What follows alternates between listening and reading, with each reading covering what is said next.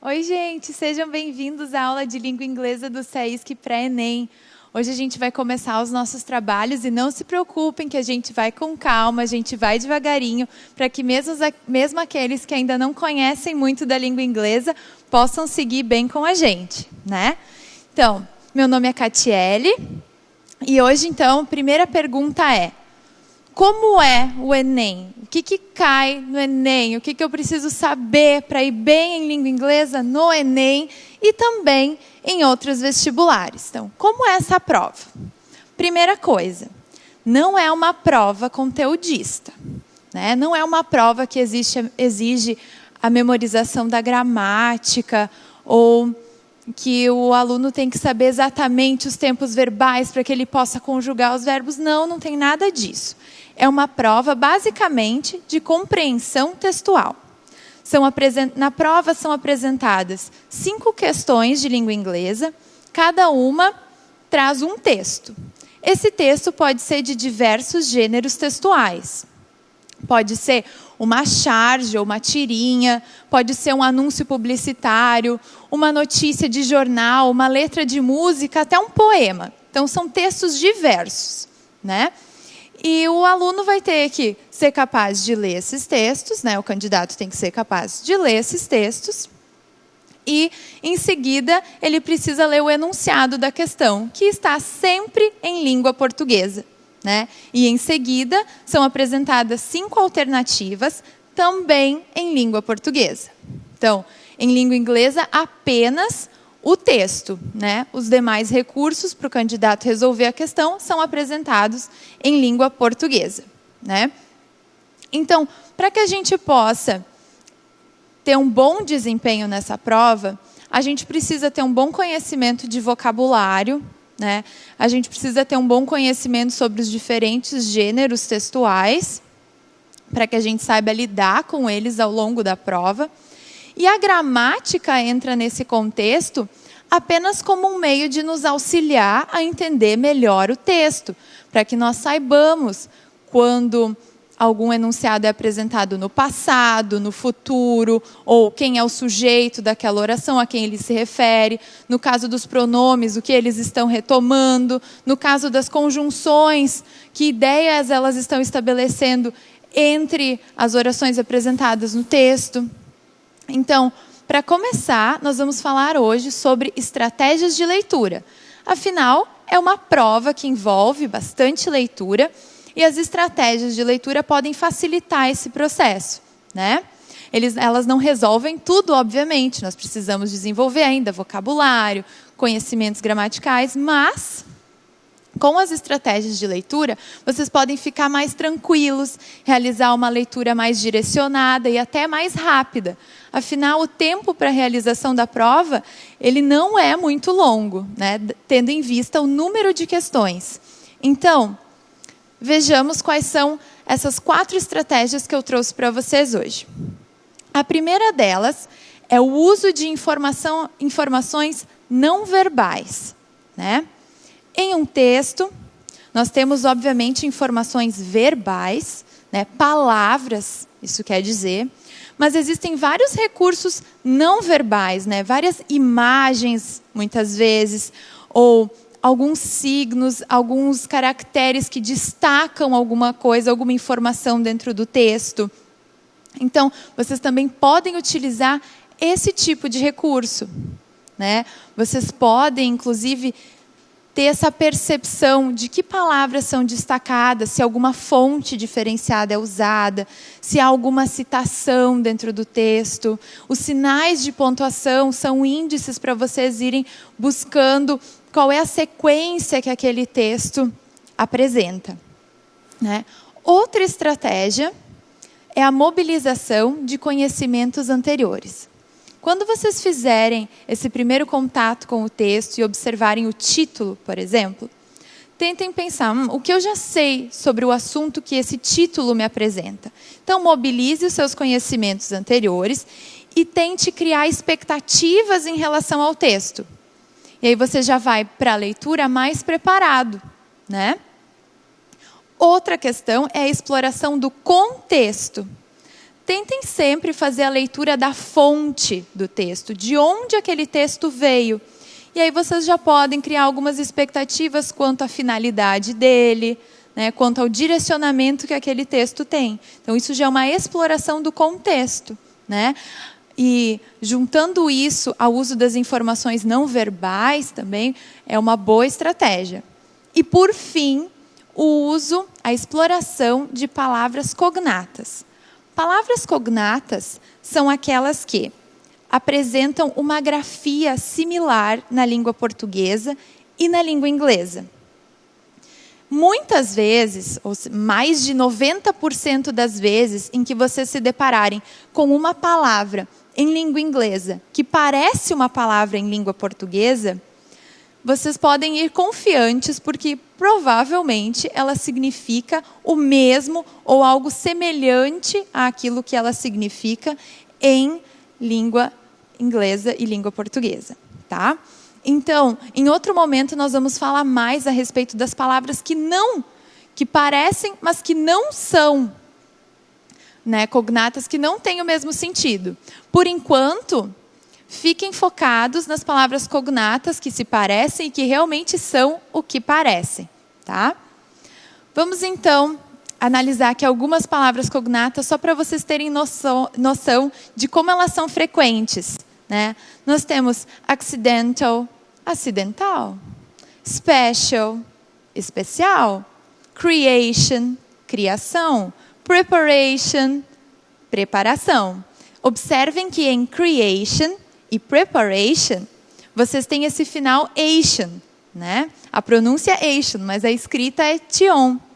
Geralmente, esse finalzinho equivale em português, ao final ação, né? Em criação e preparação, creation e preparation.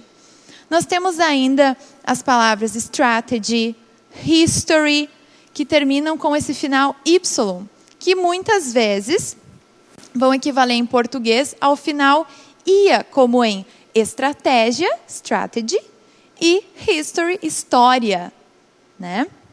Temos ainda connect, conectar, different, diferente, muito semelhante à grafia. Economy, economia, mais uma daquelas palavras que termina em y e que em português termina em ia. Emotion, emoção, ao final, tion. Example, exemplo. Future, futuro. Potential, potencial, ó. Basicamente uma letra só sendo alterada na palavra em inglês e em português. Offensive, ofensivo. Reaction, reação, mais um com final ação. Regular, irregular, apenas a pronúncia alterada, né? A grafia ainda é a mesma. Regularly, regularmente.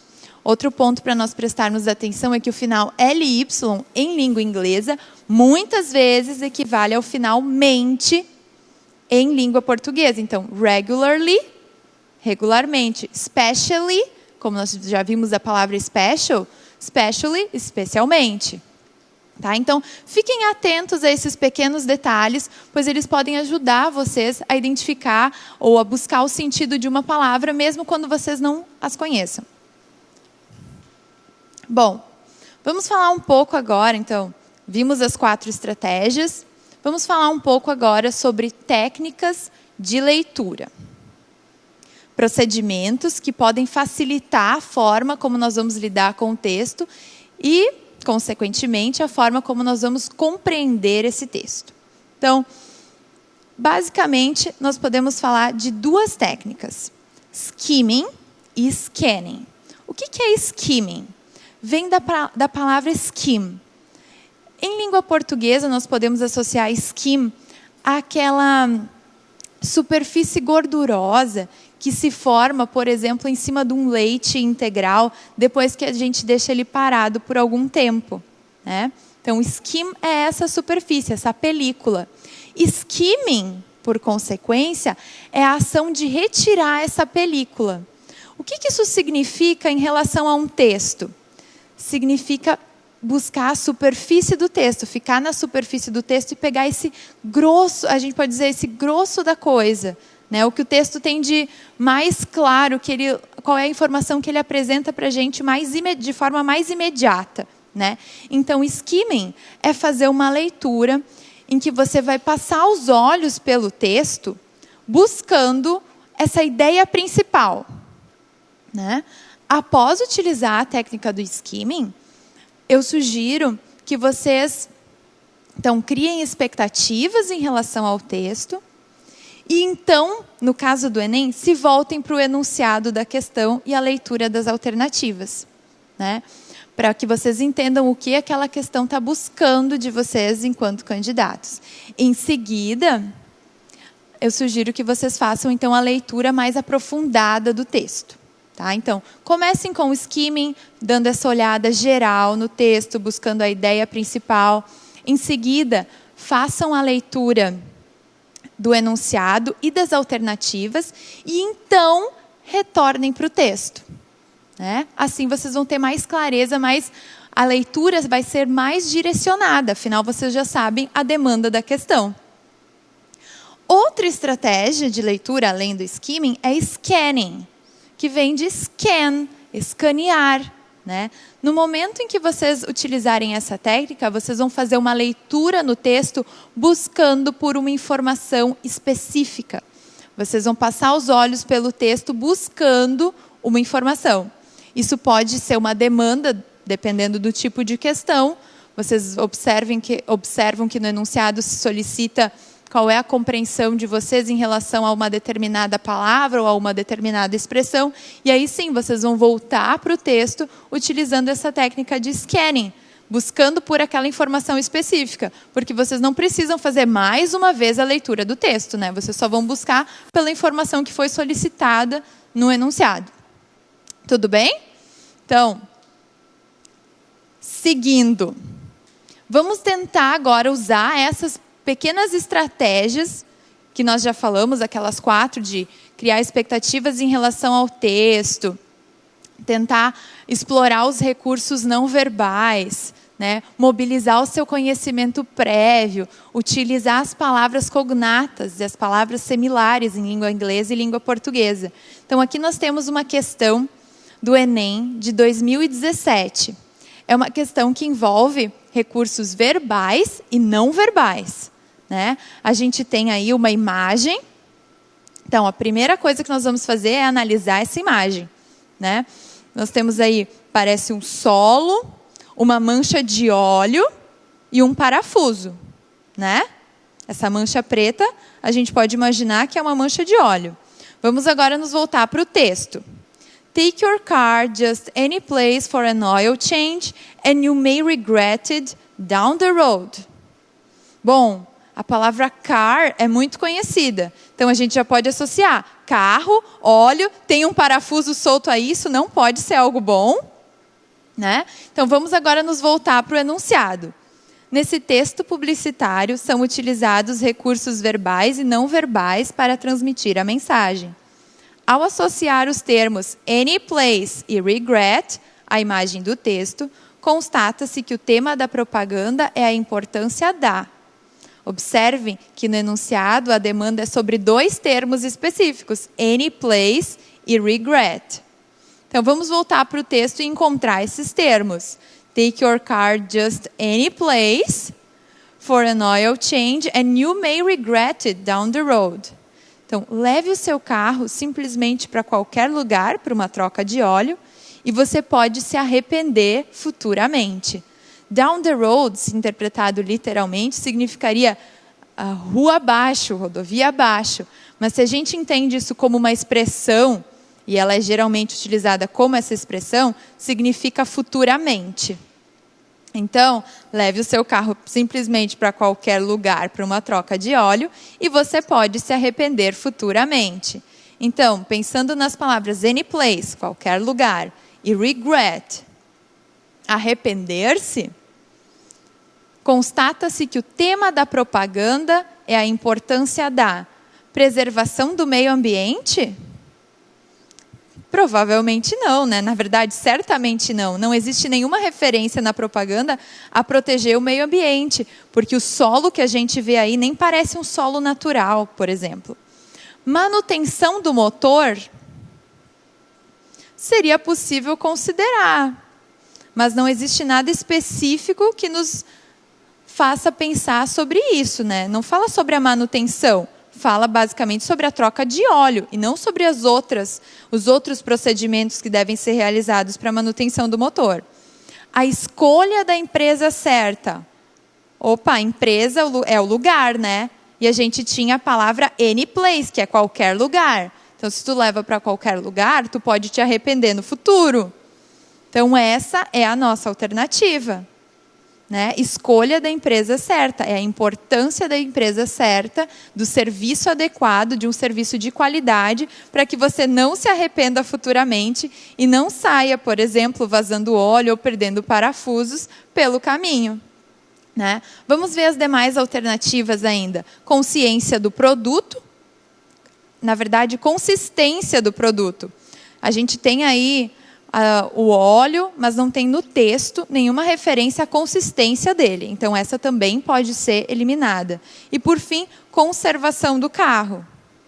Isso é uma coisa que vocês podem, por exemplo, imaginar. Sim, eu preciso trocar o óleo num lugar bom para que o meu carro não tenha problemas futuramente. Mas isso é uma inferência, uma informação além daquelas informações apresentadas no texto. Então, a gente deve ter esse cuidado. Prestar atenção especificamente no que é apresentado no texto. Nós podemos, sim, mobilizar conhecimento de mundo para que possamos compreender melhor o texto, mas nós não podemos nos confundir no momento em que formos ler as alternativas. Né? As alternativas devem dizer respeito ao texto e não a outros fatores, a outras relações que a gente estabelece com um contexto externo. Tá bem? Vamos ver mais uma questão, então?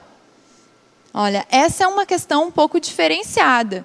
Diferente da primeira, ela não tem recursos não verbais.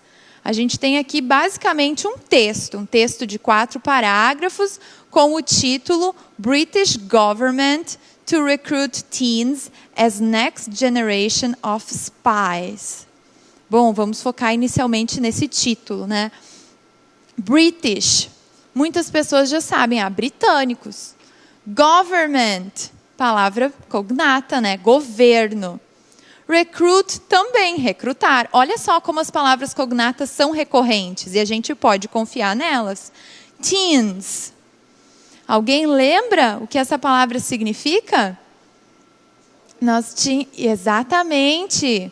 Minha querida aluna comentou aqui, jovens adolescentes, né? Teens são jovens adolescentes, teenagers, né? Adolescentes. Então, o governo britânico recruta adolescentes as next generation of spies, como a próxima geração de espiões.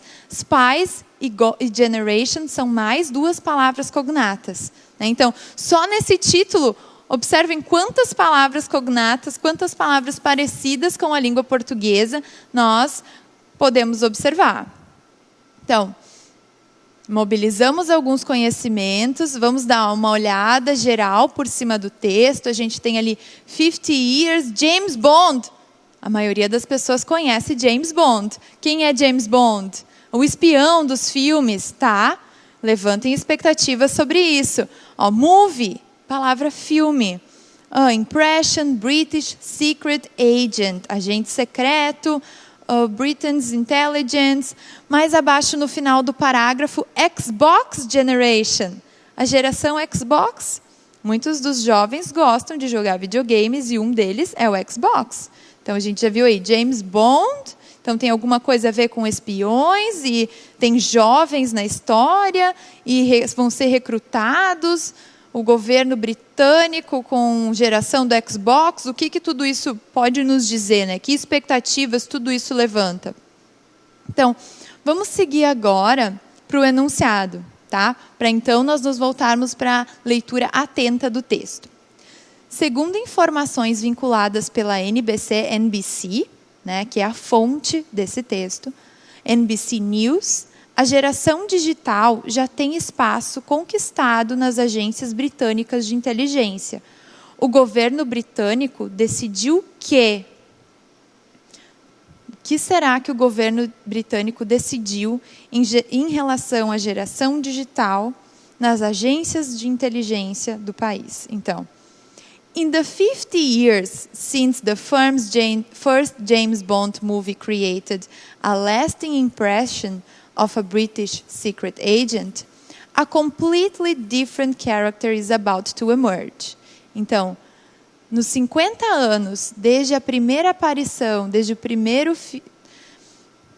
primeira impressão, desde a impressão duradoura do texto do primeiro filme de James Bond, como um agente secreto britânico, um personagem completamente diferente está prestes a emergir, né? Britain's intelligence agencies are to recruit their next generation of cyber spies by harnessing the talents of the Xbox generation. Então, as agências de inteligência britânicas irão recrutar a próxima geração de cyberespiões aproveitando os talentos da geração Xbox. No próximo parágrafo, in an expansion of a pilot program, Foreign Secretary William Hague announced Thursday that up to 118 years old will be given the chance to train for a career in Britain's secret services. Então, um programa piloto em expansão, né, foi anunciado pelo secretário William Hague, né, secretário de Assuntos Internacionais, de Assuntos Estrangeiros, e ele anunciou na quinta que cerca de 18 pessoas de 18 anos, ou seja, 18 adolescentes, cerca de 100 adolescentes, cerca de 100 pessoas de 18 anos terão a chance de treinar para uma carreira no serviço secreto britânico. The move to recruit school leavers marks a break with the past, when agencies mainly drew their staff from among university graduates. O movimento de recrutar pessoas que estão saindo da escola, que estão concluindo o ensino fundamental, por exemplo, marca uma quebra em relação ao passado, quando os agentes eram selecionados principalmente entre pessoas que concluem a universidade. Então, é uma mudança no perfil, né? Agora, alunos que estão saindo da escola e não mais alunos da universidade. Então, nós temos em seguida uma citação. Young people are the key to our country's future success, just as they were during the war. Então, young people, pessoas jovens, são a chave para o sucesso futuro do país, assim como eles foram durante a guerra, né? Diz esse secretário. Today, we are not at war, but I see evidence every day of deliberate, organized attacks against intellectual property and government networks in the United Kingdom. Então, hoje nós não estamos em guerra, mas eu vejo evidências todos os dias de ataques deliberados e organizados contra a propriedade intelectual e as redes do governo do Reino Unido. No último parágrafo, the new recruitment program, called the Single Intelligence Account Apprenticeship Scheme, will enable students with suitable qualifications in science, technology, or engineering to spend 2 years learning about communication, security, and engineering through formal education, technical training, and work placements. Então, esse novo programa, chamado de Single Intelligence Account, ele vai permitir que os estudantes tenham conhecimento, né, se qualifiquem em ciência, tecnologia e engenharia, e que eles passem 2 anos aprendendo sobre comunicação, segurança e engenharia através de educação formal, técnicas de treinamento e também estágios. Bom, vamos voltar agora para o nosso enunciado e para as nossas alternativas. Segundo informações vinculadas pela NBC News, a geração digital já tem seu espaço conquistado nas agências britânicas de inteligência. O governo britânico decidiu que enfrentará a guerra vigente e deliberada contra a propriedade intelectual no Reino Unido. Bom, não é exatamente esse o foco do texto. Essa guerra deliberada contra a propriedade intelectual foi mencionada, mas não é essa a decisão do governo britânico ressaltada no texto. Então, na próxima alternativa, abandonará a política de contratação de universitários como agentes secretos. Vejam bem, não foi mencionado um abandono completo às práticas anteriores. Na verdade, foi apenas apresentada uma nova política em que eles vão também chamar pessoas mais jovens, pessoas concluindo a educação básica para que façam parte do processo de treinamento. Então, letra A e letra B já foram eliminadas. Na seguinte, recrutará jovens jogadores de Xbox como cyberespiões das agências de inteligência. Não é bem isso, né? Eles irão recrutar pessoas do que eles chamam geração Xbox, não necessariamente pessoas que usem esse dispositivo, né? E essas pessoas vão passar por um processo de treinamento e preparação. Não vão se tornar imediatamente cyberespiões, né? Então, mais uma alternativa eliminada. Na letra D, implantará um esquema de capacitação de adolescentes para atuarem como agentes secretos. Nesse contexto, esquema pode ser interpretado também como um programa. E essa é a nossa alternativa correta, né? É isso que é anunciado pelo texto. O princípio, o primeiro movimento em relação a essa mudança no recrutamento, né? Então, vamos apenas analisar a letra E ainda para poder eliminá-la. Anunciará os nomes dos jovens a serem contratados pelas agências de inteligência.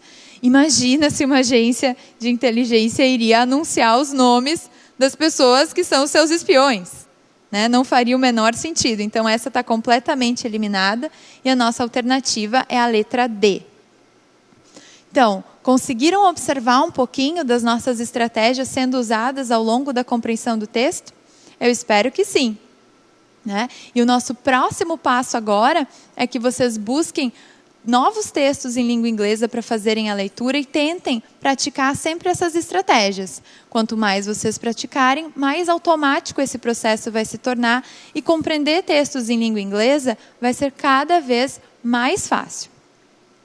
Mas, para aqueles que ainda não têm um bom suporte, que ainda não têm um vocabulário vasto, ou que ainda falta conhecer algumas estruturas da língua inglesa, a gente vai agora para a segunda parte da nossa aula, né? Em que nós vamos analisar alguns tópicos gramaticais. Hoje nós vamos falar sobre os artigos da língua inglesa e sobre os pronomes, né? Os artigos, porque são palavras que aparecem no texto, e são palavras importantes que talvez não agreguem tanto significado, mas é muito ruim quando você lê um texto em língua inglesa e você não sabe o que uma palavra significa. E os pronomes, porque eles retomam termos já citados e muitas questões, às vezes, têm como foco que você identifique, especialmente em vestibulares, não em Enem, tem como foco que você identifique qual é o termo anterior ao qual o pronome se refere. Então, vamos falar hoje sobre os artigos. Primeiramente, artigos indefinidos da língua inglesa. São apenas dois, que têm o mesmo significado, né? São uma e duas letrinhas, né? A, que também pode ser pronunciado como ei, e an. Esses artigos têm o significado um e uma. Mas, se os dois significam a mesma coisa, por que eu devo estudá-los? Por que não lembrar só de um? É porque a, ou ei, é usado antes de consoantes. Por exemplo, Alice works in a school. Alice trabalha em uma escola. School começa com a consoante S, por isso nós empregamos o artigo a. Outro exemplo é, they have 2 children, a boy and a girl. Eles têm 2 filhos, um menino e uma menina. Então, a foi usado antes de consoantes. An, portanto, será usado antes de vogais. It's an interesting movie. É um filme interessante. An apple a day keeps doctor away. Uma maçã por dia mantém o médico afastado, ou seja, você não terá problemas de saúde. Então, interesting e apple iniciaram por vogais, por isso foi feito o uso do artigo an.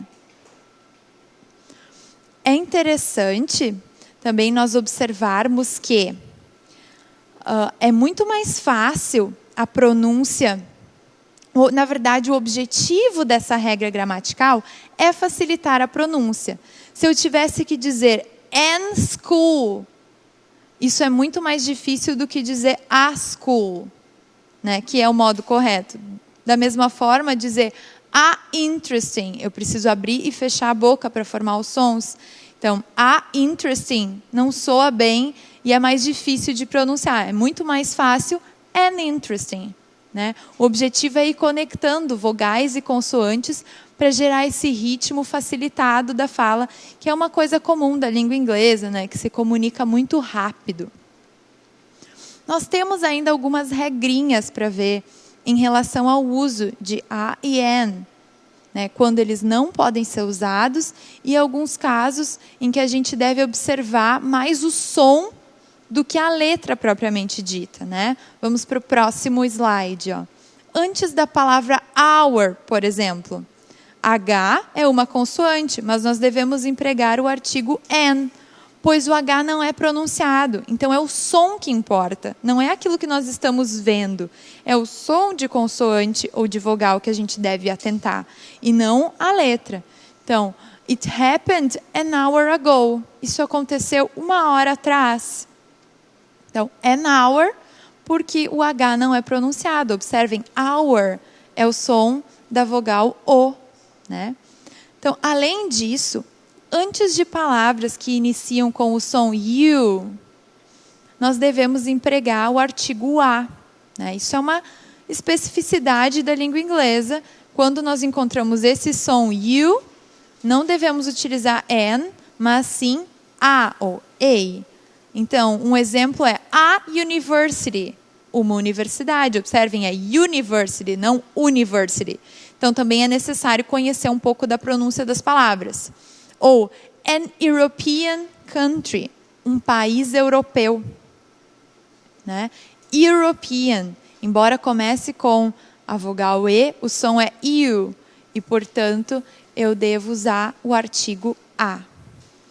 Outro detalhe importante é que, antes de profissões ou ocupações, é necessário empregar esse artigo indefinido em inglês. Em português, nós não fazemos isso. Eu digo, por exemplo, eu sou professora, e não eu sou uma professora. Mas em inglês é essencial que sempre se utilize o artigo antes de ocupações ou profissões.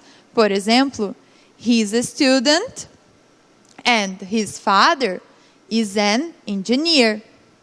Então, ele é um estudante e o pai dele é um engenheiro. Student com S, por isso artigo a antecedendo, e engineer com E, né, com o som de I, e por isso o artigo an antecedendo essa palavra. Né? Então, como são artigos e uma, é importante que eles não sejam empregados antes de palavras que estão no plural. Né? Quando vocês sentirem a necessidade de se referir a algum substantivo no plural, busque utilizar as palavras some ou any. Posteriormente, ainda nessa aula, nós vamos falar sobre esses 2 pronomes e é importante que vocês lembrem disso. A e an apenas no singular. Se eu quiser dizer algo como algum ou algumas, eu devo usar some e any. Nunca a ou an. Tá bem? Bom, falamos do artigo indefinido. Em língua inglesa, nós temos também o artigo definido, que é the, THE. Esse artigo vale por 4 em língua portuguesa, né? Uma super economia. Ele vale por o, a, os e as. Ou seja, ele é ao mesmo tempo o singular e o plural do artigo definido. Então, em que situações nós vamos usar the? Por exemplo, Brasília is the capital of Brazil. Brasília é a capital do Brasil. Nós também empregaríamos o artigo definido aí. Ou, the sky is blue and the sun is shining. O céu está azul e o sol está brilhando, né? The sky, the sun, antes de substantivos. E outro exemplo ainda é, the boys are playing. Os meninos estão brincando. Então, nesses 3 exemplos, nós podemos observar a capital, então, the atuando como a, the sky como o para céu, the sun, o para sol, e the boys, os meninos. Também poderíamos dizer, the girls are playing. As meninas estão brincando, né? Então, the, artigo o, a, os e as.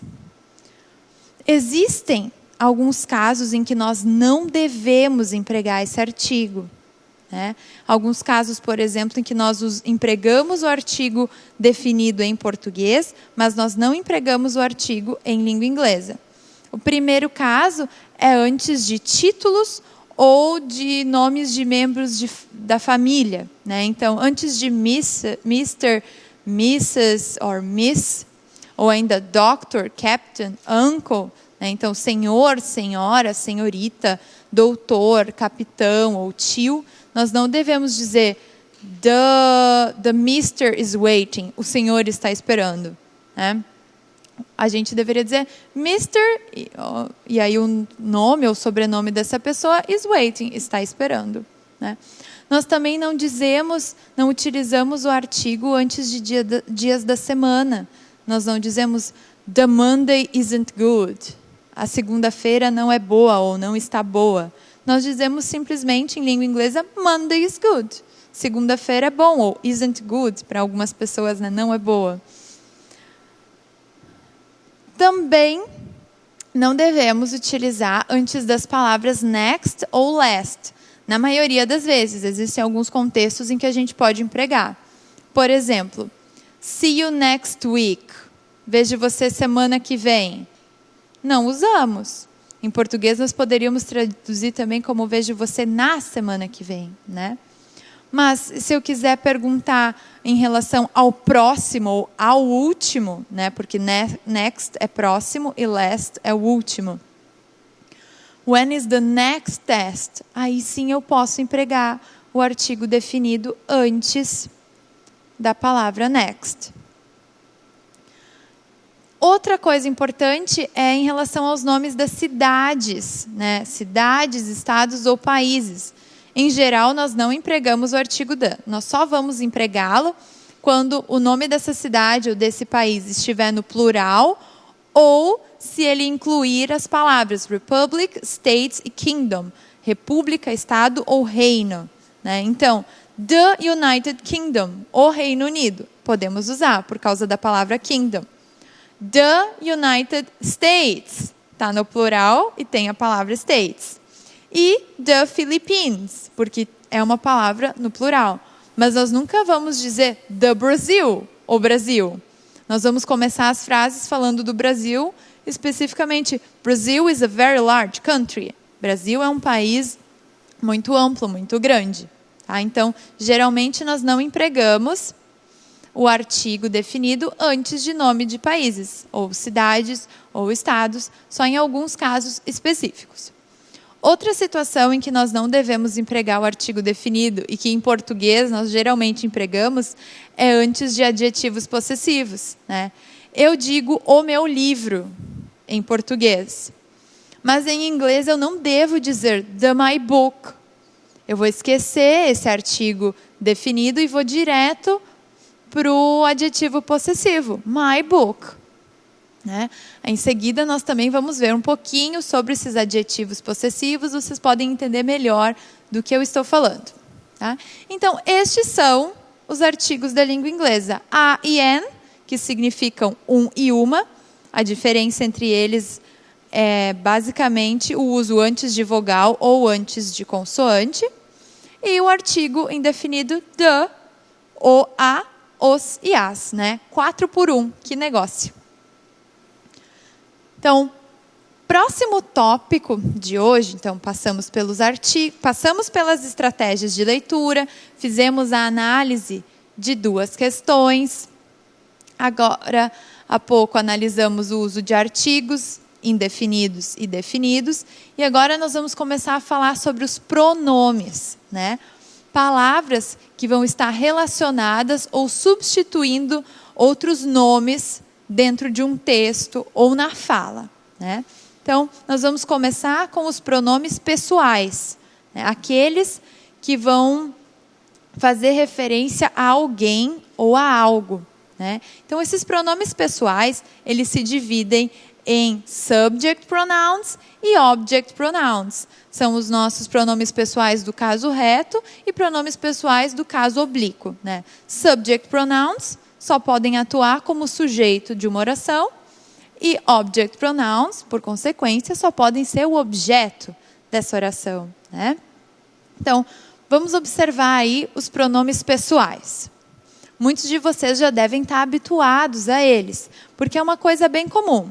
Então, I, eu, you, tu ou você, he, ele, she, ela e it, ele ou ela, usado para seres inanimados ou animais. Ó, prestem atenção. Em português nós temos, como a terceira pessoa do singular, apenas ele ou ela, né? A diferença de gênero masculino ou feminino. Em língua inglesa, nós temos um terceiro pronome, que vai ser usado tanto para o masculino ou para o feminino, de seres inanimados ou de animais, né? E ele também vai assumir a função de sujeito em algumas frases que, em português, nós não apresentamos o sujeito. Por exemplo, está quente. Nós começamos diretamente com o verbo em português, está quente. Mas, em língua inglesa, isso não é possível. Toda frase deve apresentar um sujeito. Esse sujeito deve estar explícito. Então, nesse caso, para falar do clima, nós dizemos it is hot ou it's hot, né? Ou mesmo para falar do tempo, it's 2:15, são 2:15, né? Eu devo empregar o it anteriormente, não posso começar direto com o verbo is, né? Que é o verbo estar, ser, e nesse caso atua como é, né? It's 2:15, são 2:15. Então, esses são os pronomes subject pronouns do singular, I, you, he, she e it. No plural, nós temos we, you e they, né? We, nós, you, vocês e they, eles. Observem que they pode significar eles e elas, sem distinção quanto a ser um ser humano, um animal ou um objeto, tá? O they pode ser usado para todos esses seres, mas lá no singular nós temos a distinção, he para ele, she para ela e it, seres inanimados ou animais. Então, esses são os nossos pronomes pessoais, que vão estar associados a verbos ao longo dos textos ou ao longo da fala de vocês. Nós temos ainda aqui alguns exemplos para vocês observarem. You and I will finish the lesson together. Você e eu terminaremos a lição juntos, né? Empreguei você e empreguei eu. Nós devemos sempre citar o outro antes de nos citarmos, né? Então, you and I. Outro exemplo é he is very tall. Ele é muito alto. E, por fim, um exemplo em relação ao clima, onde nós sempre temos que empregar o pronome it. It was cold 3 days ago. Estava frio 3 dias atrás. Today, it is very hot. Hoje está muito quente. Vamos ver agora os pronomes objeto, então, né? Object pronouns. Obviamente, eles vão ter a função de objeto. Então, nós temos aí me, que pode equivaler em língua portuguesa a me e a mim. You, é o mesmo pronome. É a mesma palavra que representa o pronome objeto e o pronome que vai atuar como sujeito. Então, nós temos aí you como tradução de te, ti, o, a e lhe. Him, quando nós quisermos fazer referência a ele, então temos ele como tradução de o ou lhe. Her, quando quisermos fazer referência a ela, né, a e lhe. It, quando quisermos fazer referência então a um animal ou a um objeto, enfim, um ser inanimado, né, então vai ser o equivalente a o ou a. Us, quando quisermos fazer referência a nós, né, she told us, ela nos contou. You novamente, né, então you é tanto utilizado no singular quanto no plural, então vos, os, as e lhes, e them, né, quando nós quisermos fazer referência a eles ou a elas, independente de ser um ser humano ou um objeto, enfim. Então, os, as e lhes. Então, esses só devem ser empregados na função de objeto. Nunca um verbo pode se relacionar a eles, eles nunca vão determinar a concordância do verbo. Quem vai determinar isso são os subject pronouns que nós vimos anteriormente. Então, vejamos alguns exemplos dos object pronouns. I love him very much. Eu amo muito. Né? Observem, existe o sujeito I. Então, I love, eu realizo essa ação. E quem eu amo? Ele, him. Eu não poderia dizer I love he. Né? He só poderia ser sujeito. Nesse caso, eu preciso de um objeto. Portanto, eu uso him. I love him very much. Eu amo muito. Outro exemplo é tell her the news. Conte-lhe, né? Conte a ela as novidades ou a novidade. Né? Então, não poderia ser tell she.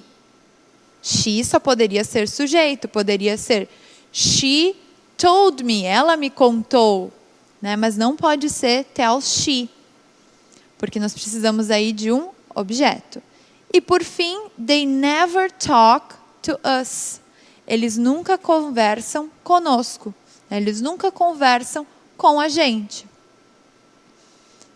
They é o sujeito, é quem fala, ou na verdade aqui quem nunca fala. E o us é aquele que sofre ação, na verdade não sofre, né? Nunca vem uma conversa em relação ao us. Então, they never talk to us, eles nunca conversam conosco.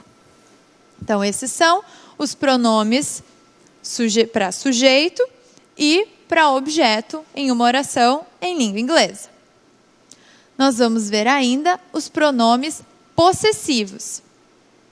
Um pronome possessivo, ele vai substituir a construção de adjetivo possessivo mais substantivo. Por isso, antes de analisar os pronomes possessivos, nós vamos analisar o que são os adjetivos possessivos para saber, então, depois, o que esses pronomes estão substituindo. Então, aqui, adjetivos possessivos antes e depois nós vamos ver o que os pronomes fazem. Então, os adjetivos possessivos são palavras que vão concordar com o possuidor. Né? Se eu possuo alguma coisa, eu vou usar my. My, em língua inglesa, e em português significa meu, minha, meus e minhas. Mais uma vez, uma economia de 4 por 1, né? Então, my, meu, minha, meus e minhas. Your, seu, ou teu, sua, ou suas, ou tuas. Enfim, a abrangência é muito maior, né? His é aquilo que pertence a ele, dele, seu, sua, seus e suas. Né? Em português, muitas vezes, nós construímos frases que, por vezes, são ambíguas. Né? Ele saiu com o seu cachorro. Bom, esse cachorro pertence a ele, ou seja, é o cachorro dele, ou é o cachorro da pessoa com quem eu estou falando? Né? Ele saiu com o seu cachorro, aquele que pertence a você. Em língua inglesa isso não acontece, porque quando uma coisa pertence a ele, nós sempre vamos usar o adjetivo possessivo his. Né? É muito comum brasileiros trocarem his por yours, na intenção de dizer seu, quando se querem se referir a algo que pertence a ele. Mas é importante lembrar, eu só vou usar your quando eu me referir a uma coisa que pertence a você. Quando eu me referir a uma coisa que pertence a ele, his. Se for algo que pertence a ela, her. E se for algo que pertence a algum ser inanimado ou a algum animal, eu devo usar its. Né? Então, mais his, her e its. Né? 3 opções para dele ou dela. Our é a opção para nosso, nossa, nossos ou nossas. Então, our classes, our English classes, nossas aulas de língua inglesa. E, por fim, their, deles, delas, ou seu, sua, seus, suas. E esse aqui, então, é o substituto no plural de his, her e its. Né? No singular nós temos 3 formas, no plural nós temos apenas uma. Então, esses adjetivos possessivos, eles vão ser usados juntamente com algum substantivo. Eu vou dizer my book. O que os pronomes possessivos vão fazer, que é a parte que nos interessa nesse momento, é substituir essa parte my book. Né? Vamos observar lá como ficam os pronomes. Os pronomes possessivos são usados para substituir a construção do possessive adjective, que nós acabamos de ver, mais o substantivo. Então, como pronomes possessivos, nós temos mine. Bom, mas mine significa meu, minha, meus e minhas, assim como my. Então, qual é a diferença? Eu acabei de dar o exemplo, né? My book. Então, se alguém dissesse nessa rua, nessa sala de aula aqui, whose is that book? De quem é aquele livro? Eu posso dizer, that is my book. Aquele é o meu livro. Né? Adjetivo, possessivo, mais o substantivo livro. Mas, como é uma coisa que já foi dita antes, eu não precisaria repetir meu livro. Whose is that book? De quem é aquele livro? That book is mine. É uma outra opção. Né? Não preciso dizer that is my book. Eu posso dizer that's mine. Então, o mine lá no final substitui aquilo que foi dito antes, do meu livro. Né? Outro pronome possessivo para você é yours. Observem, vai aparecendo um Szinho no final de agora em diante. Mine, yours, his. A gente já usou o his antes, né? Hers, para quando é dela. Ours, quando é nosso. E theirs, quando pertence a eles. Sejam pessoas, sejam animais, sejam objetos, sejam plantas, enfim. Então, os possessive pronouns vão ser usados predominantemente no final de uma frase. Enquanto os possessive adjectives vão aparecer no meio de uma frase, acompanhando um substantivo. Entendido? Nós temos alguns exemplos aqui, para isso ficar mais claro. Ó. They aren't her books. They are mine. Tá? Eles não são os livros dela. Né? Her, adjetivo possessivo, acompanhando books. Eles não são os livros dela. Eles são meus. They are mine. Né? Eu poderia dizer they are my books, usando o adjetivo possessivo. Mas eu não tenho por que repetir de novo my books. Então, eu vou substituir por mine. They are mine. Outro exemplo. A teacher of mine is Italian. Um dos meus professores é italiano. Então, dos meus professores, aí é um outro uso. Né? Se eu quiser dizer um amigo meu, eu vou dizer a teacher of mine. Eu posso dizer one of my friends, um dos meus amigos, ou a friend of mine, um amigo meu. E por fim, um exemplo parecido com o que eu dei para vocês do whose that book. Né? Whose is that car? De quem é aquele carro? E aí alguém responde, it's ours. Ali deveria ter um Szinho, tá? It's ours, é nosso. Né? Aqui. Passou. Tá? Ali do final do it's our deveria estar it's ours, é nosso. Porque se a gente usar só our, é o adjetivo possessivo. E ours é o pronome possessivo que aparece no final. Tá bem? Então, vimos pronomes pessoais, sujeito e objeto. Vimos adjetivos possessivos. E agora acabamos de ver pronomes possessivos, que são palavras que substituem o adjetivo possessivo mais um substantivo.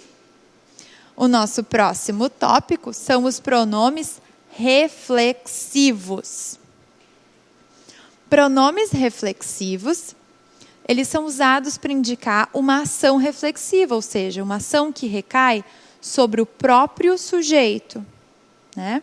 Vocês vão reconhecer uma palavra aqui junto a esses pronomes possessivos. Né? Nós temos aí o myself, que é uma coisa que acontece a mim mesma. Né?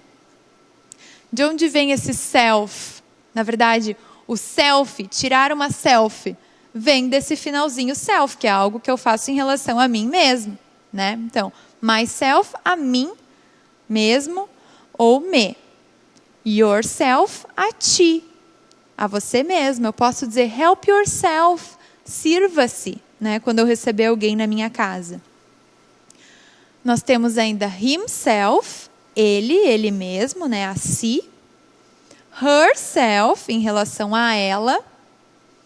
Itself, em relação a ele ou ela, quando não pessoas. Ourselves, nós, a nós mesmos, ou nos. Yourselves, de novo, é o mesmo pronome para o singular e para o plural, você e vocês.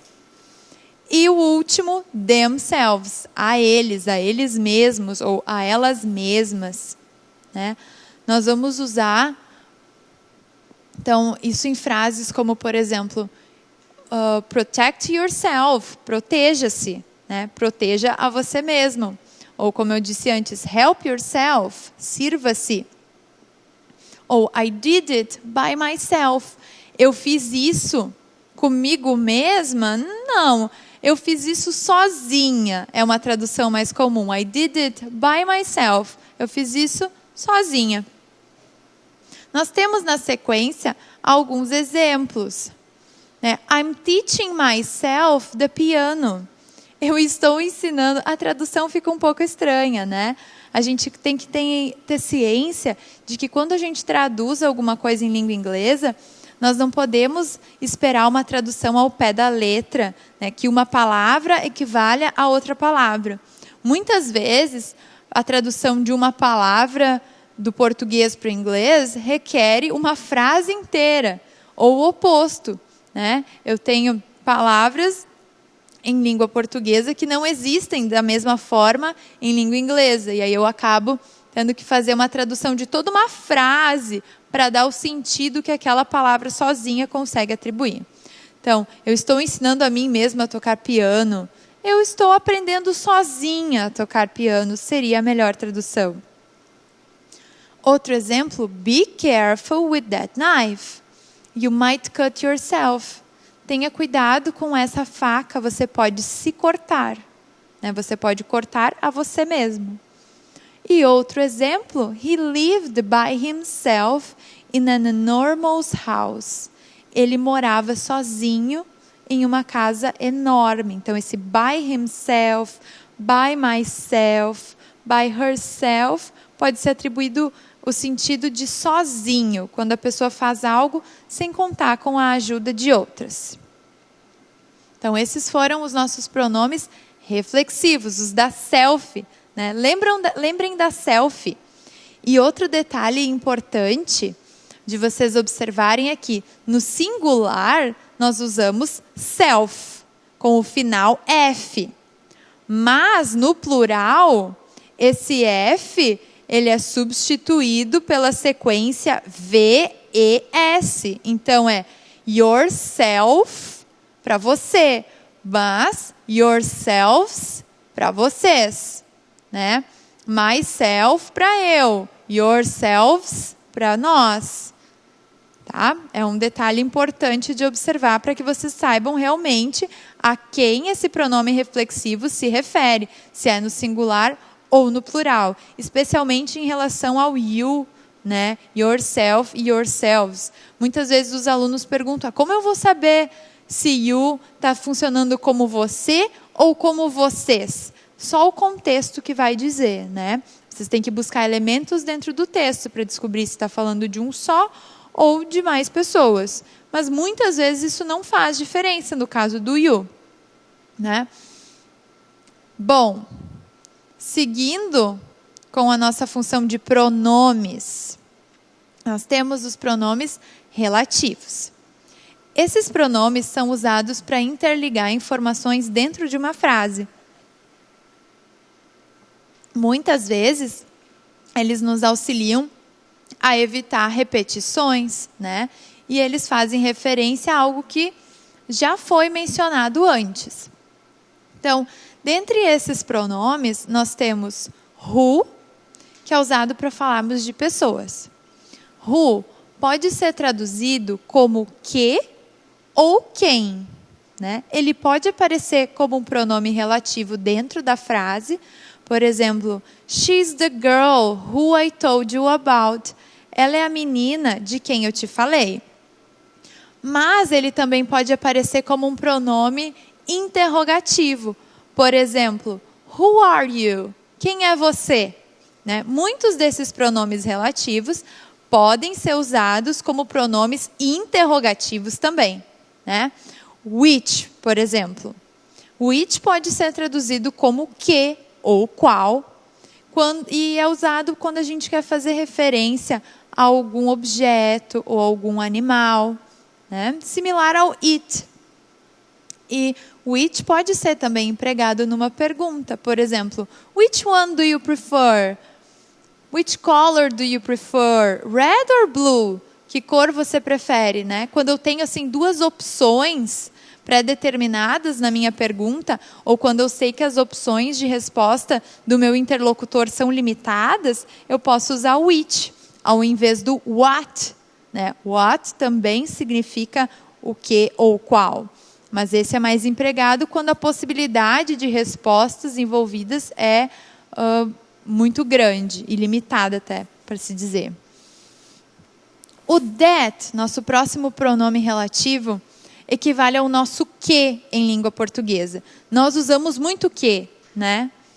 That's the person that I told you about. Essa é a pessoa que eu te falei. Né? A gente usa muito isso. O that tem uma característica interessante, porque ele pode substituir o who e o which.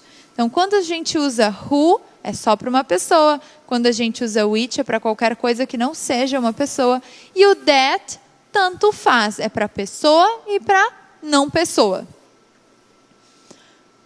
Na sequência, nós temos o whom.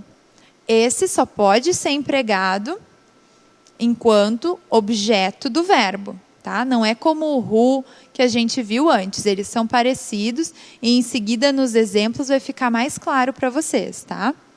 Nós temos where, que se refere a lugares. Eu posso dizer, that's the city where I was born. Aquela é a cidade onde eu nasci. Né? Where, então, pode ser traduzido como onde. Outro é when, quando. That's a picture of a moment when I was very happy. Essa é uma foto de um momento quando eu estava muito feliz.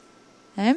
E por fim nós temos o whose. Ele já apareceu em alguns exemplos que a gente viu hoje. Por exemplo, who's that book? De quem é aquele livro? Né? Ele é usado para indicar posse. Né? Quando ele é empregado em uma pergunta, who's that book? Ele significa de quem? Quando ele é empregado no meio de uma frase, no meio de uma oração, para ligar termos ou fazer referência entre os termos, ele vai ser traduzido geralmente como cujo ou cuja. Né? Então, vamos aos nossos exemplos. The woman who ou that lives next door is a doctor. A mulher que mora na porta ao lado, que mora ao lado, é médica. Observem ali, ó, a doctor. Antes de uma profissão ou ocupação, nós devemos usar o artigo, né? Então, a mulher que mora ao lado é médica. Eu poderia dizer, there is a woman who lives next to me. The woman who lives next to me or next door is a doctor. Isso seria muito mais repetitivo do que simplesmente apresentar essa frase aqui. Outro exemplo, this is the book which ou that I'm reading. Esse é o livro que eu estou lendo. Né? Tanto faz se eu uso which ou that para fazer referência a isso. Seguinte, Porto Alegre is the city where I was born. Porto Alegre é a cidade onde eu nasci. Né? O where vem bem com a tradução dele mesmo. Os anteriores, né, o who pode às vezes ser traduzido como quem, o which pode às vezes ser traduzido como qual, e ali nessas frases eles aparecem ambos como que, né? Outro exemplo, eu falei que nós íamos ver sobre o whom, né? The boy about whom you are talking is my cousin. Observem como ele é o objeto do verbo, né? O menino sobre quem você está falando é meu primo. O sujeito é você, né? Você que está falando. E o menino é de quem você está falando, portanto, objeto. Por isso que o whom refere-se ao objeto, tá? The boy about whom you are talking is my cousin. E o nosso último exemplo é com whose. Peter is the boy whose mother is a teacher.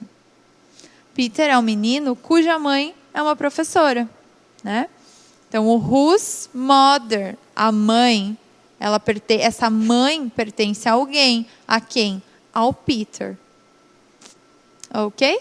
Então, esses são os nossos pronomes relativos. Lembrando que eles podem aparecer aí como nos nossos exemplos, no meio da frase, juntando ideias, fazendo referência a coisas citadas anteriormente, ou eles podem aparecer como pronomes interrogativos também, né, pedindo por uma informação específica em uma pergunta. Nesses casos, eles são geralmente chamados de WH questions ou de question words. Então, nós temos who, que é quem, né? Who are you, quem é você? Where, que é onde, where do you live? Nós temos which is your favorite book? E aí eu posso apresentar duas opções para a pessoa, qual é o seu livro favorito. Teríamos ainda, que não aparecem aqui, what, né, que aí funciona apenas como pronome interrogativo, what's your name, qual é o seu nome.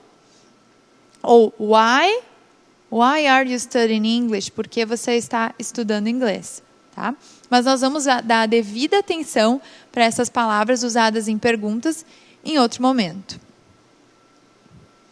Vamos agora para os pronomes demonstrativos, que servem para apontar ou indicar algum lugar, alguma pessoa, algum objeto dentro do texto, ou fazer uma referência anterior. E aí nós devemos observar a diferença entre aquilo que é plural e aquilo que é singular, entre aquilo que está próximo e aquilo que está distante, porque essa é a diferença no uso desses 4 pronomes demonstrativos.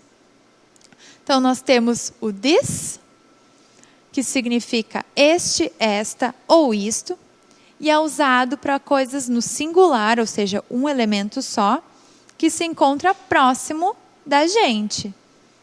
Então, eu posso dizer, this is a whiteboard. Esse é um quadro branco, tá bem pertinho de mim aqui, tá? This is a whiteboard.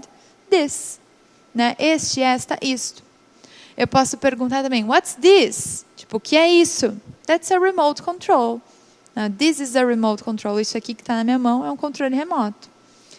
Se eu estiver falando de mais elementos perto de mim, ou seja, se eu quiser fazer uso do plural, eu vou usar uma palavra que tem uma pronúncia parecida, o this, né? Estes e esta. Então, these chairs are in the classroom. Essas cadeiras estão na sala de aula. Uma frase meio bobinha, mas serve para o nosso exemplo. Essas cadeiras todas, elas estão perto de mim aqui. Vocês não podem ver, mas elas estão. Se vocês quiserem fazer referência a algo distante de vocês, um elemento distante de vocês, vocês devem fazer uso do pronome that. Ele pode ser traduzido como esse, essa, mas é mais fácil a gente pensar nele como aquele ou aquela, porque aí dá essa ideia de que a coisa está mais distante, mais claramente, né? Então, what's that? O que é aquilo? Aquela coisa muito distante de mim. E se eu quiser falar de várias coisas que estão distantes de mim, eu vou usar o pronome those, né? Então, what are those? Who are those people? Quem são aquelas pessoas? Eu vejo um grupo de várias pessoas diferentes se aproximando e eu pergunto, who are those people? Quem são aquelas pessoas? Então, those vai ter como tradução aqueles, aquelas, ou ainda esses e essas. Mas, como eu disse para vocês, se vocês pensarem em those como aqueles e aquelas, vocês vão ter mais claramente a ideia de que ele está distante de vocês, né? E com estes e esta, ou este, esta e isso, coisas próximas. Então, são 4 pronomes demonstrativos. This, that e those. Vamos ver os exemplos com eles. Ó. I don't like this color. Eu não gosto dessa cor. I don't like this color. It doesn't suit me. Tipo, não me cai bem. Outro exemplo. This one suits me. Este fica bem em mim. Ou esta fica bem em mim. Podemos pensar no contexto da cor ainda, né? I prefer this color. It suits me. Essa fica bem em mim. These shoes are more comfortable than those. Aqui nós temos 2 pronomes sendo usados. Estes sapatos que estão aqui perto de mim são mais confortáveis do que aqueles que estão um pouco mais distantes. Outra frase, do you like that picture? Você gosta daquele quadro? Ou seja, o quadro está um pouco distante, né? Se eu usasse o this, do you like this picture? Provavelmente eu estaria segurando ou estaria ao lado do quadro. E por fim, who are those people? Quem são aquelas pessoas? Aquelas pessoas distantes que estão se aproximando. Isso aí. Então, vimos os pronomes demonstrativos, 4. Vamos ver agora os pronomes indefinidos. Aqui a gente vai ter uma série de informações e eles podem ser muito frequentes dentro de um texto, né? Então, os pronomes indefinidos, como o próprio nome já diz, eles não vão definir uma quantidade, eles vão fazer referência a algo sem especificar o quanto disso nós temos, né? E eles podem ser simples, basicamente as palavras some, any e no, né? Some e any, por vezes, compartilham do seu sentido, mas em seguida nós vamos ver os casos em que devemos usar cada um deles. E ainda podem ser compostos, quando a gente acrescenta uma partículazinha ao final desses some, any e no, né? Daí nós podemos ter somebody, somewhere, someone. Então, vocês podem observar aqui o quadro comigo, que eu acho que ele exemplifica bem os casos em que a gente deve usar cada um desses pronomes indefinidos. Como eu disse para vocês, por vezes eles têm o mesmo sentido, né? Some e any pode significar algum, alguma, alguns.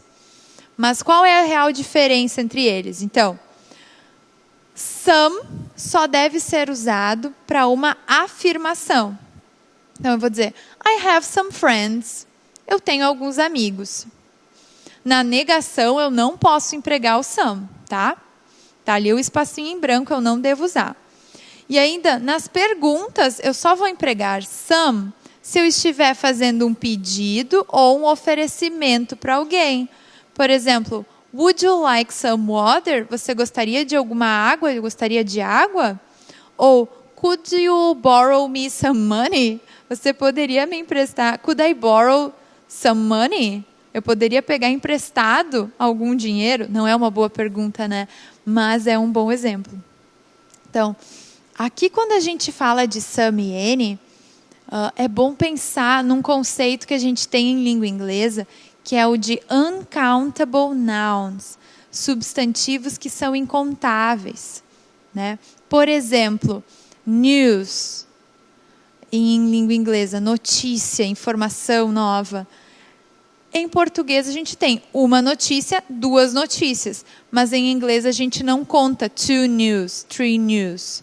A gente sempre tem que usar news como se fosse uma palavra no plural. E a gente não pode usar junto com essa palavra os artigos a ou an. Eu não posso dizer a news, I have a news, eu tenho uma novidade. Né? Eu devo dizer I have some news. Tá? Porque essa é uma palavra incontável. São palavras incontáveis, substantivos que se referem a líquidos, como water, juice, milk, coffee, tea. Né? São incontáveis aqueles que se referem a água, suco, chá, leite. Porque se nós formos pensar bem, eu não consigo contar quanta água eu tenho aqui. Eu consigo contar recipientes de água, né? Embalagens que eu uso para conter a água ou qualquer líquido. Mas a água em si eu não consigo contar. Então eu não posso dizer I want a water, eu quero uma água. Eu devo dizer I want some water.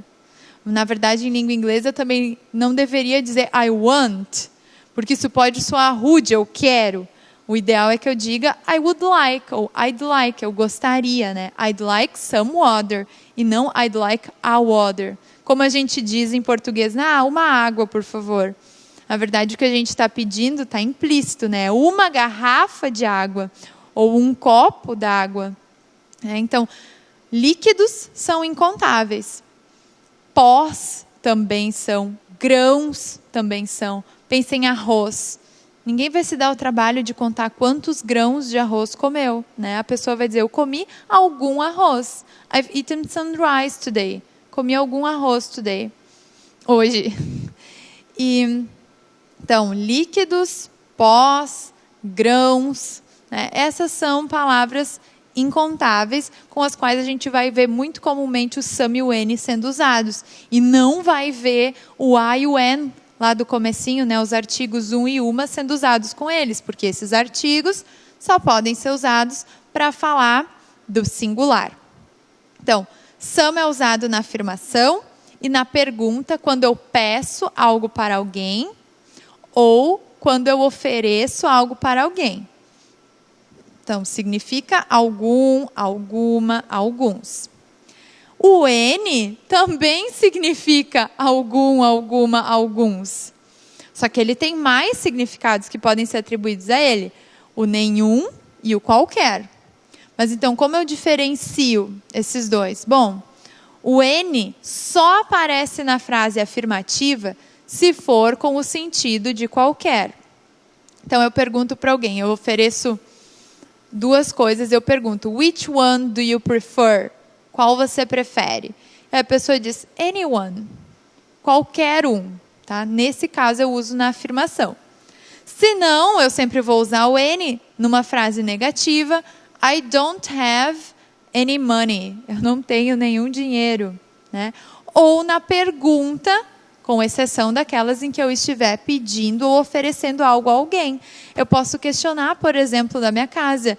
Do we have any fruit in the fridge? A gente tem alguma fruta na geladeira? Então, estou perguntando algo. Então, não sei exatamente a quantidade daquilo. Eu uso o N. Tá? Então, some só na afirmação ou para pedir e oferecer. N na afirmação só se ele tiver o sentido de qualquer. E na negação, sempre. E na pergunta, quando eu não estiver pedindo ou oferecendo, eu posso usar. E por fim, nós temos o no, que significa nenhum. E por mais interessante que isso possa parecer, o no só pode ser usado na frase afirmativa. Né? Em português, nós temos o hábito de negar duas vezes nas nossas frases. Por exemplo, eu não tenho, primeira negação, nenhum dinheiro, segunda negação. Ora, se eu não tenho nenhum, eu tenho algum. Fica meio confuso isso, né? Mas o fato é que em inglês eu só posso usar nenhum quando eu não tiver no na frase. Então eu vou dizer I have no money. eu tenho nenhum dinheiro, né? Ou a melhor tradução em português ainda é com a dupla negação. Eu não tenho nenhum dinheiro. É isso aí. Aqui seguem alguns exemplos para vocês, ó.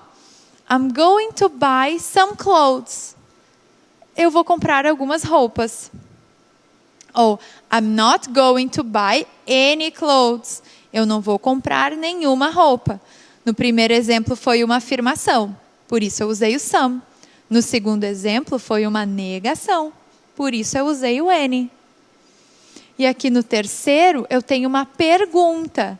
Is there any ice in the fridge? Né? Tem gelo na geladeira? Eu acrescentei aí, entre hífens, a palavra algum, porque o N dá essa ideia. Mas nas nossas traduções em português, nem sempre ele precisa aparecer. Tá? Então, tem gelo na geladeira? Tem algum gelo na geladeira? A minha quarta pergunta é, sou eu oferecendo algo para alguém. Would you like some coffee? Você gostaria de café ou de algum café? Né? Eu não posso dizer a coffee, um café, porque né, a gente acabou de falar sobre isso. Café é um líquido, então ele é incontável. Eu poderia dizer, would you like a cup of coffee? Você gostaria de uma xícara de café? Mas eu não posso dizer, você gostaria de a coffee, would you like a coffee? Só some coffee, tá? O exemplo seguinte é alguém pedindo, can I have some water, please? Eu posso pegar água, por favor? Ou a intenção é que a outra pessoa traga água para mim, né? Então, estou pedindo, por isso usei some. E por fim, it's a nice house, but there's no garden. É uma casa legal, mas there is significa existe. Mas como eu tenho o no depois, eu vou traduzir isso como não tem jardim. Ou não tem nenhum jardim. Né? Então, it's a nice house, but there is no garden. É uma casa legal, mas não há jardim. Não tem jardim. Ou não tem nenhum jardim. Tá? Isso, tendo em vista a nossa intenção de estudar essas regras gramaticais para a compreensão textual, é importante só que vocês entendam o sentido que essas palavras, que esses pronomes têm. Mas vocês não precisam exatamente memorizar as regras de quando usar ou não usar. Isso aqui é só para contextualizar o assunto e deixar mais claro para vocês. O mais importante é que vocês lembrem que some e any podem ser alguns. O any às vezes significa nenhum.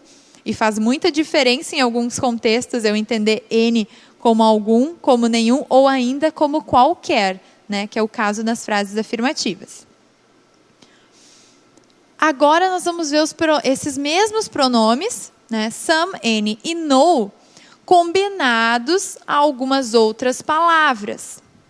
Por exemplo, na verdade, não são exatamente palavras, a gente poderia mencioná-los como sufixos, pequenas partículas que nós vamos acrescentar ao final de some, any e no, para adicionar sentido a esse pronome. Então, se eu disser someone ou somebody, né, one e body acrescentam a ideia de pessoa.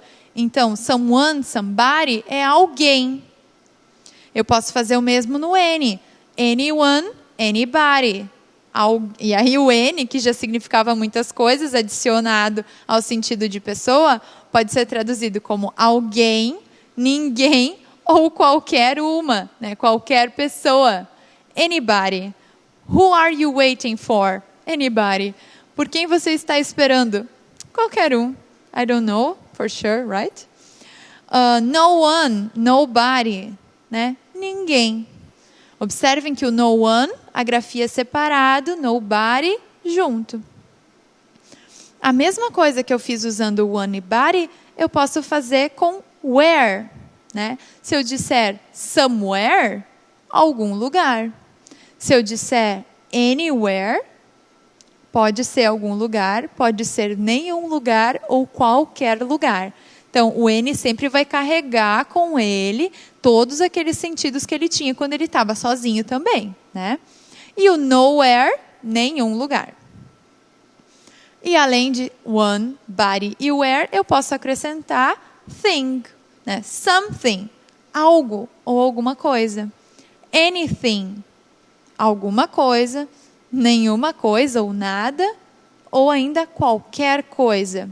What would you like to eat? O que você gostaria de comer? I'd like to eat anything. Eu gostaria de comer qualquer coisa. I'm really hungry. Eu estou com muita fome. A mesma coisa. What would you like to drink? Coffee or water? Anything. O que você gostaria de beber? Café ou água? Qualquer coisa. E nothing. Nada. What happened to you? Nothing. O que aconteceu com você? Nada. Então, as mesmas regras que a gente viu anteriormente na tabela para o uso de some, any e no, quando sozinhos, quando no formato simples, equivalem para quando eu usar essas palavras associadas com esses termos que a gente acabou de ver aqui, para fazer referência a pessoas, lugares ou coisas. Tá? Então, someone, somewhere e something, só na frase afirmativa. Ou para a pergunta se for oferecer, né? Mas seria muito esquisito oferecer com esses termos. Anyone, anywhere e anything, esse tem mais possibilidades, né? Na afirmação só com o sentido de qualquer, na negação normalmente e na pergunta normalmente. E nothing só quando não tiver outra expressão negativa junto na frase, né? Então, não pode ter I don't have nothing. Eu não tenho nada. Não. Ou você diz I don't have anything, ou I have nothing. Né? Ou você diz eu não tenho nada, ou eu não tenho, na verdade, alguma coisa, ou você diz I have nothing, eu tenho nada. Tá? Essa é uma característica da língua inglesa, bem diferente da língua portuguesa. Temos ainda o every, todo, ou tudo, ou todos, né? E nós podemos combinar ele com as mesmas partículas dos pronomes anteriores. Então, everyone ou everybody, todos, todas as pessoas. Everybody enjoy English, todo mundo gosta de inglês. Everywhere, English is everywhere, inglês está em todos os lugares. E everything in an English class is very nice. Tudo em uma aula de inglês é bem legal. Então, everyone, everybody, everywhere e everything. A combinação de palavras. Isso é muito comum em língua inglesa. Tentem usar esses conhecimentos que vocês forem adquirindo em relação à composição das palavras, em relação à morfologia das palavras, e isso certamente em algum momento vai se fazer útil para que vocês possam compreender palavras que ainda não conhecem, que nunca viram, né? Seguindo aqui com a nossa explanação sobre esses pronomes, nós temos alguns exemplos. Observem o que é afirmativo, o que é negativo, o que é pergunta, tá? Someone is sleeping in my bed, ou on my bed. Alguém está dormindo na minha cama. Eu usei some porque é uma frase afirmativa. No one is sleeping in my bed. Ninguém está dormindo na minha cama. Eu só usei o no do meu pronome, não tem um not junto nessa frase, né? Ou I gave everything to Sally. Eu dei tudo para a Sally. He saw something in the garden. Ele viu algo no jardim. There is nothing to eat. A tradução literal seria há nada para comer. Mas a gente sempre tenta fazer equivalência com o português, então nós vamos dizer não há nada para comer. I looked everywhere for my keys. Eu olhei, eu procurei em todos os lugares pelas minhas chaves. Então, everywhere, todos os lugares. Kate is looking for somewhere to live. A Kate está procurando por algum lugar para morar. Observem aqui, looking for. Look significa olhar, né? Se eu disser look at, eu estou dizendo olhar para. Se eu disser look after, cuidar. E se eu disser look for, como nesse exemplo, procurar. Então, nós vamos falar disso mais adiante, são os phrasal verbs, né? Verbos que se combinam com outras pequenas palavras e que, quando se juntam, recebem um sentido distinto daqueles que cada palavra tinha isoladamente. Então, seguindo com os nossos exemplos, there is nowhere as beautiful as Paris. Não há lugar tão bonito quanto Paris. Esse as equivale em língua portuguesa ao nosso tanto quanto. They can choose anything from the menu. Eles podem escolher qualquer coisa do menu. Olha só, anything, qualquer coisa. Se tivesse sido usado numa frase negativa, anything seria nada. Mas como foi usado numa afirmação, qualquer coisa. You may invite anybody you want to your birthday party. Você pode convidar qualquer um que você queira para sua festa de aniversário. Mais uma vez, N na afirmação. Como no exemplo seguinte, we can go anywhere you would like this summer. Nós podemos ir para qualquer lugar que você gostaria neste verão. E seguindo, he would give anything to get into Oxford. Ele daria qualquer coisa para entrar, para ser aprovado em Oxford. He would follow you anywhere. Ele te seguiria para qualquer lugar. Observem aqui, ó, pronomes pessoais. He é o nosso sujeito. You é o nosso objeto. I don't have anything to eat. Eu não tenho nada para comer. She didn't go anywhere last week. Ela não foi para lugar algum ou para nenhum lugar semana passada. Aqui a gente vê o N sendo usado na frase negativa com o didn't, né? O not está ali encurtadinho. Isso é muito comum no inglês. Nós vamos falar mais sobre isso adiante. I can't find anyone to come with me. Eu não consigo encontrar ninguém para vir comigo. O not está ali depois do C-A-N, né? Tá, na verdade, junto. Can't. Então, eu não consigo encontrar ninguém para vir comigo. Então, N usado na frase negativa. Tá bom? Aqui, a gente tem mais alguns quantificadores. Palavras que vão indicar uma quantidade que são muito comuns dentro dos textos. Tá? Então, many e much dizem respeito a muitos, muitas, muito e muita. Mas é tão parecido, é só esse S a diferença. Qual é a real diferença? É que many é usado com palavras que eu posso contar. Né? Aquelas palavras contáveis e incontáveis que a gente estava falando agora há pouco. Então, qualquer palavra que tenha sua forma no plural é uma palavra contável. Então, many people, muitas pessoas. Many chairs, muitas cadeiras. Many students, muitos alunos. Tá? E much só é usado com aquilo que eu não posso contar. Much coffee. I've drank much coffee today. Eu bebi muito café hoje. Né? She has much money. Ela tem muito dinheiro. Que engraçado, né? Money, dinheiro em língua inglesa, é uma palavra incontável. O que nós contamos é a moeda, the currency, né? Nós contamos R$1, $1, uma libra. Mas dinheiro, substantivo dinheiro, é incontável. Por isso que com ele nós usamos o quantificador much. Em seguida nós temos few e a few, poucos e poucas, também usado só com aqueles que são contáveis. Então, tudo que tem uma forma no plural é usado apenas com contáveis, tá? Então, muitos, many, e few ou a few, poucos e poucas. Little e a little, ou little e a little, significam pouco e pouca e são usados com os incontáveis. Então, a little water, please. Um pouquinho de água, por favor. Each significa cada. So, each student has his or her own book. Cada estudante tem o seu próprio livro. Both, ambos. Do you like English or Portuguese? Oh, I like both. Or I like both of them. Eu gosto dos dois. Você gosta de português ou de inglês? Eu gosto dos dois. Several, vários. I've read several books this year.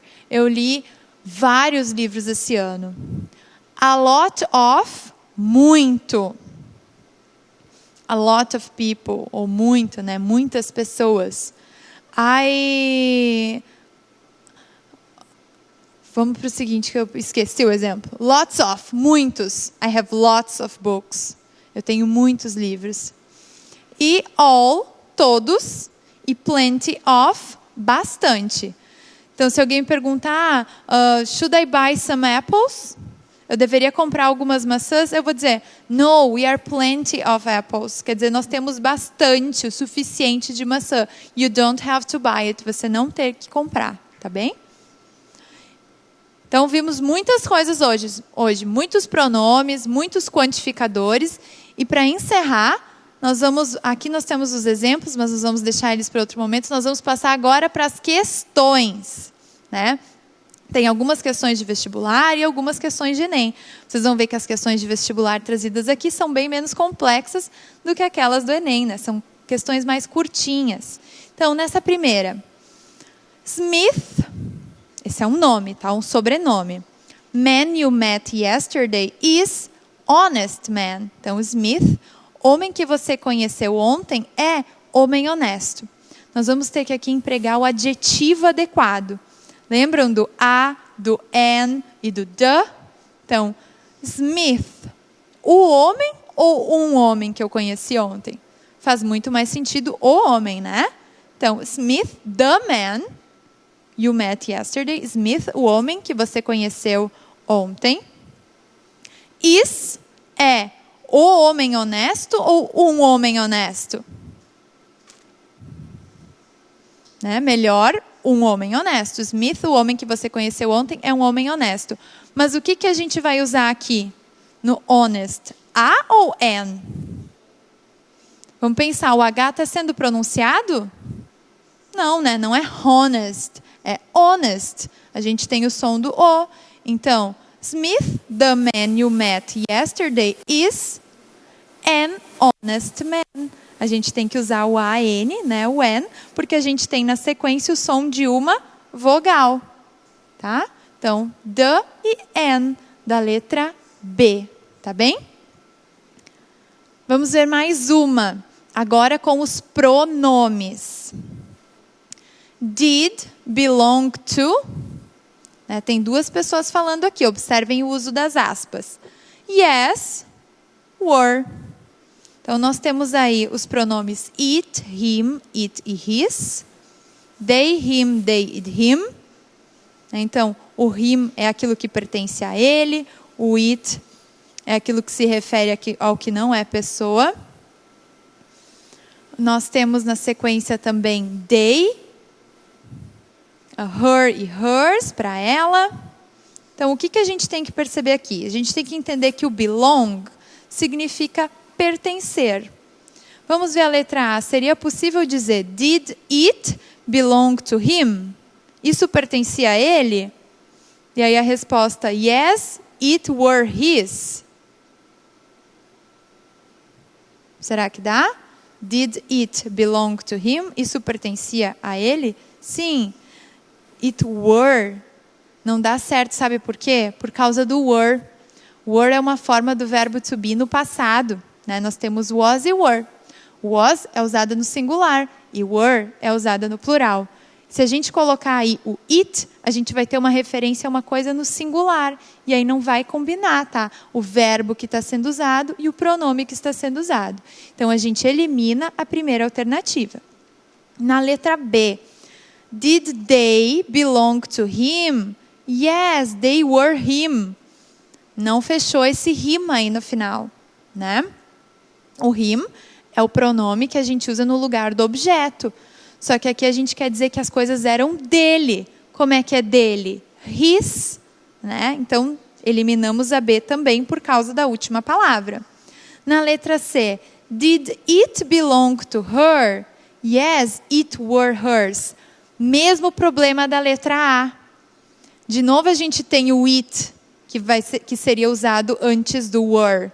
E o were, esse W-E-R-E aí, é uma forma do verbo to be, ser e estar, no plural, então não dá.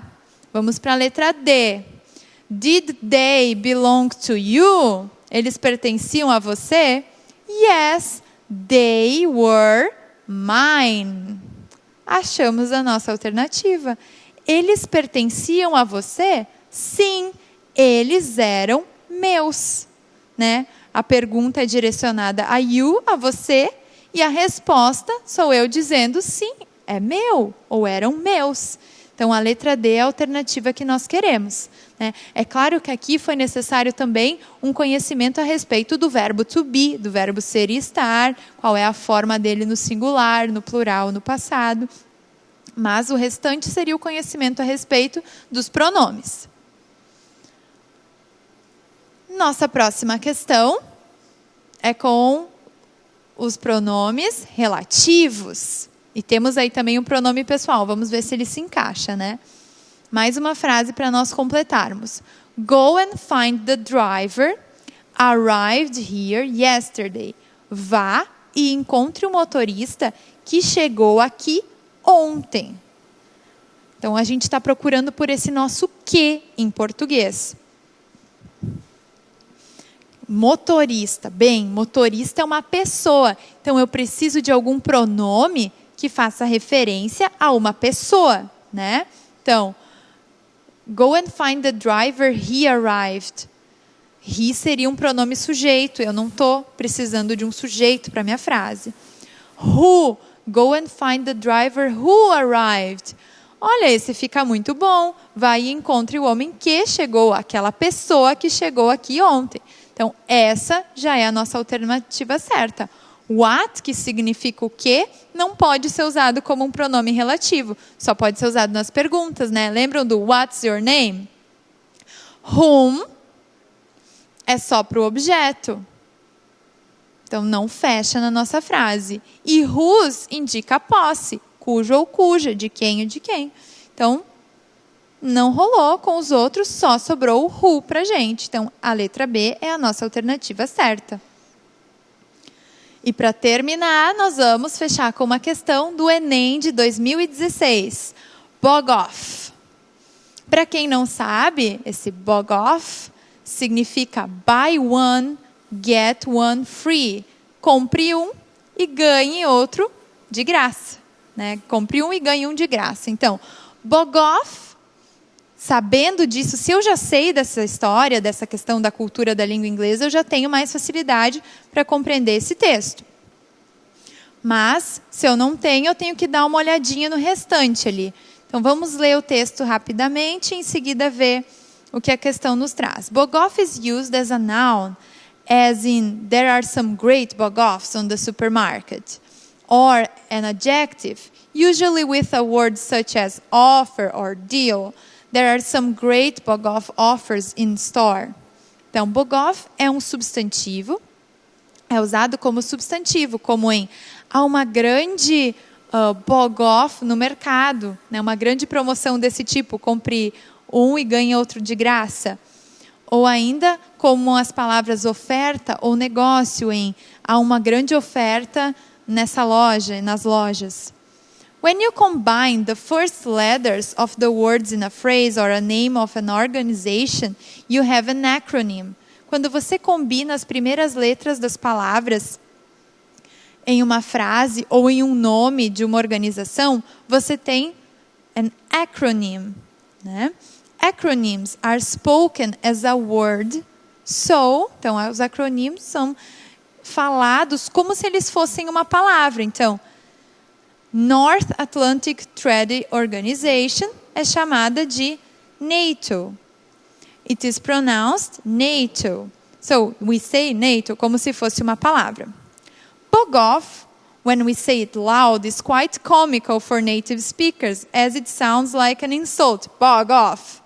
Né? Então, bog off, ele, quando dito em voz alta, é um pouco cômico para os falantes nativos de inglês, porque soa como um insulto, né? Significando vá para longe. Leave me alone, me deixe sozinho. Slightly childish and a little old-fashioned. Um pouquinho infantil e até fora de moda, ultrapassado.